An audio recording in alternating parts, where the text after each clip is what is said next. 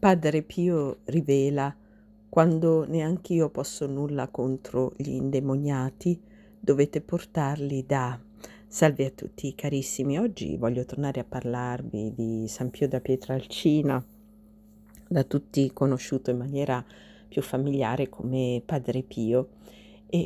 Padre Pio lo ricordiamo, oltre ad avere straordinari carismi, come quello della scrutazione dei cuori, quello della bilocazione, eccetera, eccetera, oltre ad avere le stimmate, avere avuto visioni di Gesù, Maria, eccetera, eccetera, aveva anche la facoltà di poter scacciare i demoni. E solo che in un caso particolare, egli non poté nulla per scacciare un demone che, si era appropriato di una bambina e, dette un'indicazione particolare che è valida, penso ancora oggi per tutti quegli indemoniati che nessun sacerdote o esorcista riesce a liberare. Un'indicazione molto particolare, ma veniamo un attimo alla storia nel dettaglio per poter capire. In un albergo di San Giovanni Rotondo non si poteva riposare né giorno né la notte, perché c'era una bambina indemoniata che urlava da far spavento. La mamma la portava ogni giorno in chiesa con la speranza che Padre Pio la liberasse dallo spirito del male. E anche qui il baccano che si verificava era indescrivibile. Una mattina, dopo la confessione delle donne, nell'attraversare la chiesa per far ritorno in convento, Padre Pio si trovò davanti a questa bambina che urlava paurosamente, trattenuta a stento da 2 o 3 uomini. Ed ecco che Padre Pio disse che lui non poteva fare assolutamente nulla per liberare questa bambina. Dunque si rivolse ad un medico e disse di portarla da San Michele Arcangelo al vicino santuario di Monte Sant'Angelo, quindi in Puglia, che dista da San Giovanni Rotondo poco più di 20 chilometri.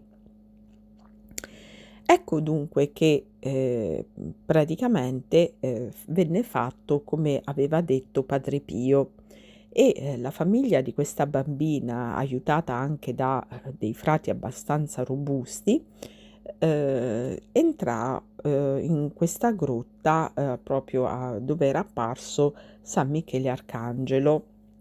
La bambina si rianimò, però non c'era verso di farla avvicinare all'altare dedicato a San Michele Arcangelo. E tutti coloro che avevano accompagnato la famiglia di questa bambina e anche i presenti non erano capaci di tenere ferma questo essere minutino che sfuggiva da tutte le parti. Ed ecco che a un certo punto finalmente un frate, con un gesto rapido ed energico, riuscì ad afferrare la piccola mano della bambina e fece in modo che questa mano della piccolina sfiorasse l'altare di San Michele Arcangelo. La bambina allora, come folgorata, piombò a terra. Si riebbe poco dopo tutta serena e tranquilla, come se non fosse successo nulla, e con dolcezza chiese alla mamma: «Mamma, mi compri un gelato?» Esaudito il desiderio della bambina, la piccola comitiva tornò a San Giovanni Rotondo per informare e ringraziare Padre Pio, il quale, rivolto alla mamma della bambina, disse: «Di a tuo marito che non bestemmiasse più, altrimenti il demonio ritorna». Ecco, questa storia ci deve far riflettere innanzitutto sulla necessità di portare quei casi di possessione diabolica che